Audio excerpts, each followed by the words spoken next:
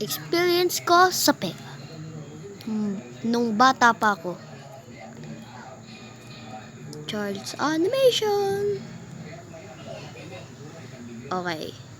Nung bata pa ako, tuwing bibigyan ako ng mga magulang ko ng pera, minsan, pabibili ko ng tinapay. Minsan naman, magko-computer. Naksang com shop. Nalakala ko nga dati, binigyan ako ng baon. Tapos, mga ano yata yun, 10, 5, 15, 20. Ay di pa ako nakakating sa may school, ay ubos na baon ko. Dahil bumili ako ng laruan. Kaya naman tuwing recess ay wala akong makain.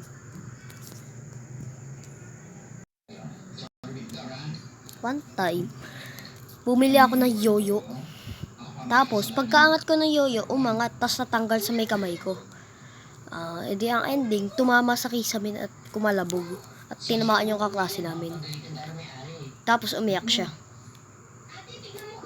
Kaya naman, nasigawan pa ako ng teacher ko.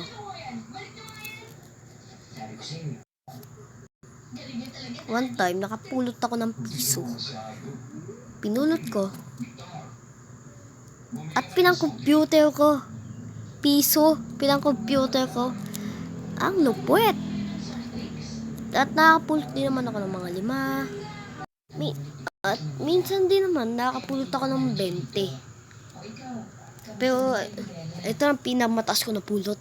Ha, ha, ha, ha. Noong August 30, ngayong taon, nakakita ako ng 100 sa hagdan. Mali pala, August 15 lang pala yun. Tapos, pinulot ko. Hinati ko. De, joke lang. At naghati kami ng ate ko. Joke lang yung pinunit So, yun muna mga de, joke lang. Yun muna mga tropa. Sana nagustuhan nyo yung ating animate ngayon. At kung nagustuhan nyo nga, ay click nyo na subscribe button. Sige, bye-bye. Peace!